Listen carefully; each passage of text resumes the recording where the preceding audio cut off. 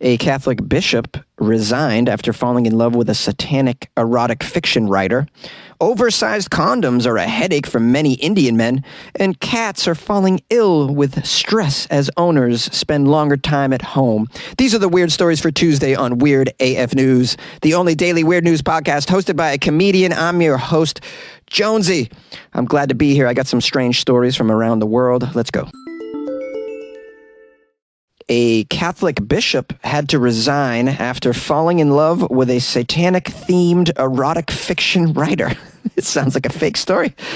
It's a satanic-themed erotic fiction and a bishop together. A Spanish bishop known for his exorcisms has resigned after apparently falling deeply in love with an author of satanic-themed erotic fiction, causing his Catholic colleagues to fear that he is possessed by the devil. Well, did you guys try giving him an exorcism? Did you hold him down in a chair? The power of Christ compels you. The power of Christ wants to take away your need for satanic-themed erotic fiction. I don't even know satanic-themed erotic fiction existed. This is a very niche subcategory of fiction, I'd imagine. Where do you even get this stuff? I want to walk into a library and ask, excuse me, where's your satanic-themed erotic fiction? Do you have... Oh, yeah, you'll find that in the corner, bro. Just look for the people wearing all black nail polish, pentagram tattoos on the neck, kind of thing. Oh, by the way, there's a bishop back there looking through those as well. Satanic-themed erotic fiction, a bishop. How do you even get into that? This guy's got way too much time on his hands. I think these clergy have too much time on their hands. You know, a bunch of them were recently caught on Grindr. Do you know what Grindr is? It's like a hookup app for gay people. Well, not. I guess you could look for love there as well, but I mean, predominantly from what I've heard, it's a hookup app. So you got priests on gay hookup apps. You got bishops reading a shit ton of satanic-themed erotic fiction. Clearly, it's like, do we got to get some tasks for you guys? Is there not enough exorcisms out there to keep you busy, Bishop? We got to maybe hand you a broom for your off time. Okay, the name of this bishop is Xavier Novel. That's funny. Novel. Fell in love with a fiction writer. Get it? All right. Is that just a coincidence? Xavier, age 52, was actually Spain's youngest bishop, so a big superstar and up-and-comer in the clergy. This was back in 2010 when he was appointed. Bishop Xavier had to retire a few weeks ago with the church authorities citing personal reasons for the decision. But sources cited by the Catholic publication Religion Digital this week confirmed rumors that Bishop Novel had engaged in a relationship with someone named Sylvia Caballo, a psychologist and writer of erotic novels. Now, this caused him to put aside his vow of celibacy. Oh, so he actually met up with the writer and, did some things.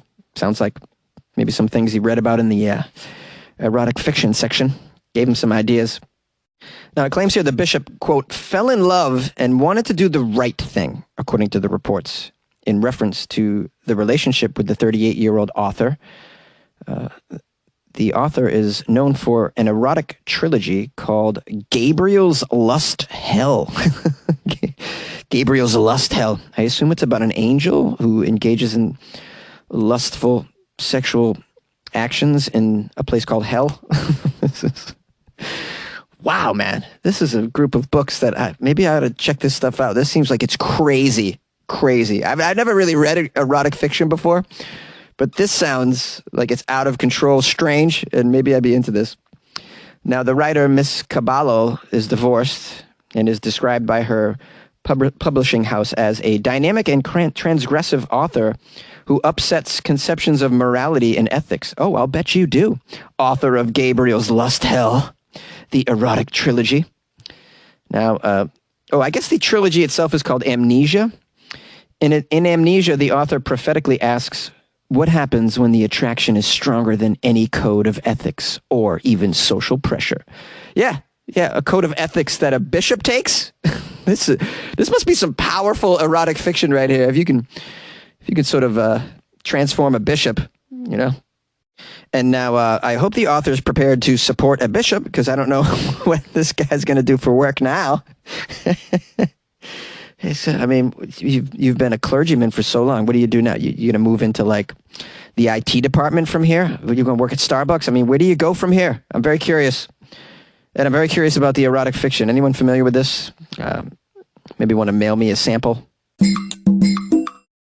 Oversized condoms are a headache for many Indian men. New Delhi.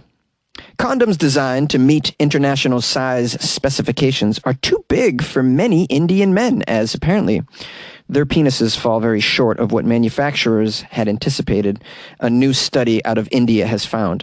The Indian Council of Medical Research, a leading state-run center, said its initial findings from a 2-year study showed 60% of Indian men in the financial capital Mumbai had penises about 2.4 centimeters, or 1 inch shorter than those condoms catered for. For a further 30%, the difference was at least 5 centimeters or 2 inches. A poor fit meant the prophylactics often didn't do the job they were bought for and led to some tearing or slipping off during intercourse and use. Here's a quote from a doctor who was in charge of this study. Very curious on how this study came about. I mean, are they also just bereft of issues to study? Just like phenomenon is lacking over there as well to study? I mean, these scientists all over the world seem very bored. They're just dipping into some odd areas, man. Seems like a waste of money, but maybe this will help out some Indian men. Maybe it'll put some pressure on the condom manufacturers when they're making Indian-specific prophylactics to sort of, curb down the size a little bit to please the Indian men. Okay, so the quote is, one of the reasons for a failure of up to 20% of condoms is the association of the size of the condom to the erect penis. This doctor added another reason was couples often put them on in a hurry. The doctor says many men in India, which has the world's highest HIV-positive caseload, were actually too shy to ask for condoms. Oh, that's a huge issue. I didn't know that. Over here in the States, man, no one's too shy to ask for condoms. You just roll up to Sevlev at 3:30 in the morning, buying some condoms and a slushie. They know what you're up to. Maybe in India, though, there's some shame to it. Here's a quote from the doctor. We need more vending machines for condoms of different sizes so people can choose a condom with confidence that is suited to their specific needs and their size. Now, the media in India reported a survey that had studied 1,400 Indian men between the ages of 18 and 50 in cities like New Delhi and Mumbai, as well as in some rural areas. It's entitled, Indian Men Don't Quite Measure Up. And you can imagine what that story is talking about. That's the end of the article, by the way, so now I'm left to sort of riff here on my take on this. And my take is, first of all, I had no idea that Indian had such small penises. I'm so sorry, guys. I didn't know. No. But, hey, there's hope for you, okay? Because, the condoms come in many, many sizes. Just take the time to find yours. Go on Amazon. I'm sure you can, help yourself out. The good part about that is you get to shop for them. Take your time and find the actual size that you might think that you want that would be suitable for you. And it gets to arrive at your door, and there's no embarrassing purchases that you have to make out in public, at a vending machine or a store or of any sort. I'm not sure I have any listeners in India. I'd love to know that I did. If you happen to be in India, email me, funnyjones@gmail.com. And just know that my heart goes out to you, guys. I don't know the feeling myself because I've never had a problem with even the larger condoms. I don't go out to seek for them, because they're not the snuggest fit on me, but I can pull them off. I remember the first time I encountered it once I was with someone. This was years ago. I had forgotten condoms myself. I didn't know. I guess I wasn't that confident at that point that things were going to go my way. And all she had was one of these oversized condoms, and I was like, well, let's give it a go, guys. I got to say, in that moment, I wasn't sure. But then I was like, oh, okay, all right. It's all right. I'm making this work here. Just had to, roll up the bottom a little bit. Hey, am I sharing too much on here? Yeah, that's what you get with Weird AF News, guys. You get this, okay? You get this. And it's happening in a closet. You like podcasts? You're listening to my podcast. Maybe you thought to yourself, I'd like to make a podcast. Too difficult? No, not with Anchor. Anchor has free creation tools that allow you to record and edit your podcast from your phone or your computer. Anchor distributes your podcast to Apple, Spotify, Stitcher, and more. They have advertising integration, so you can even make a little money off your podcast. Everything you need to make a podcast in one place. Download the free Anchor app or go to anchor.fm to get started. And good luck with your podcast. Good luck with your creation. Good luck with your life, man. Cats are falling ill with life-threatening stress as owners spend longer times at home. The coronavirus pandemic over the last year and a half has disrupted virtually every facet of 21st century life, as you all know. A lot of us have been affected by this, some in negative ways. From forcing office workers to set up shop at home to bringing entire industries to a grinding halt, such as mine. The pandemic has exacted a very heavy toll on the nation's. Animal experts have now warned pet cats all across the world have also felt the impact of the pandemic, with COVID forcing them into a new and rather alien sort of lifestyle. According to animal charity Cats Protection, having to adjust to their owners working from home has been a pretty stressful ordeal for cats. I had no idea. Unlike man's best friend, cats tend to be more solitary creatures, especially when on the hunt. Yeah, I knew that about cats. They like to just kind of sequester themselves under the bed and whatnot. I always thought it was strange that people just gravitate towards having a cat as a pet because they seem like they could do without you. And, I don't like that at all. It's like, bro, I bought you, okay? Can we hang out a little bit? Do you have to be in my shoe closet like 17 hours a day for real, bro? It says here, this, of course, is not always the case with every cat. According to the Blue Cross for Pets, domesticated cats can still form intimate bonds with their owners and on rare occasions can even develop separation anxiety when left alone for longer periods of time. Okay, yeah, I'm sure there's a few of those. A spokesperson for the charity has warned that cats may still become stressed by the amount of time that they're spending with their owners at home. Oh, I had no idea. Here's some photos of some cats. Oh, lovely, pretty little kitties. With owners no longer going to the office, and even children learning from home, cats don't have the 7 or 8 hours of peace and quiet that they need to act as a circuit breaker. Yeah, but can't you find some little hole to hang out in? I mean, I find it hard to believe that the cats can't find some place to go. They always find a place, man. Whether it's behind the boiler or under the sink, like they always find some strange place to get solitude. I find it difficult to believe that cats are struggling, but then again, I don't own one, so I don't know. It says here, the stress of having to share a space with humans around the clock has led to an increase in life-threatening conditions in the last 18 months. Oh, boy. Oh, geez.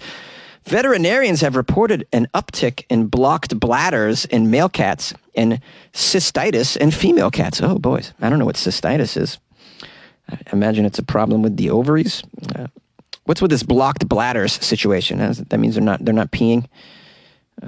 We have a spokesperson quoted as saying, well, it would appear that some cats may have become more stressed in their home during this pandemic. Changes to a cat's routine always have the potential to cause some stress. As you know, they are creatures of habit.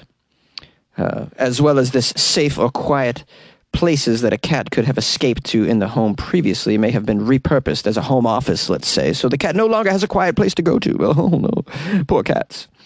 Now, to help fight against the pressure of adjusting to the new routines, Cats Protection has suggested creating Moggy-friendly safe places. Moggy, M-O-G-G-I-E, friendly. I don't know what that means.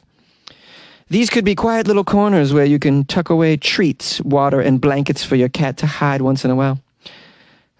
According to the Cats Protection, there are a number of telltale signs that your cat is stressed. Do you guys want to hear some of these? Well, your cat may be stressed or one of the reactions to stress may be over-grooming. They may be more hesitant to interact with the owners. They may be less tolerant of people. Yeah, I don't know how you can be any less tolerant of people. You're the most intolerant of people of all the pets.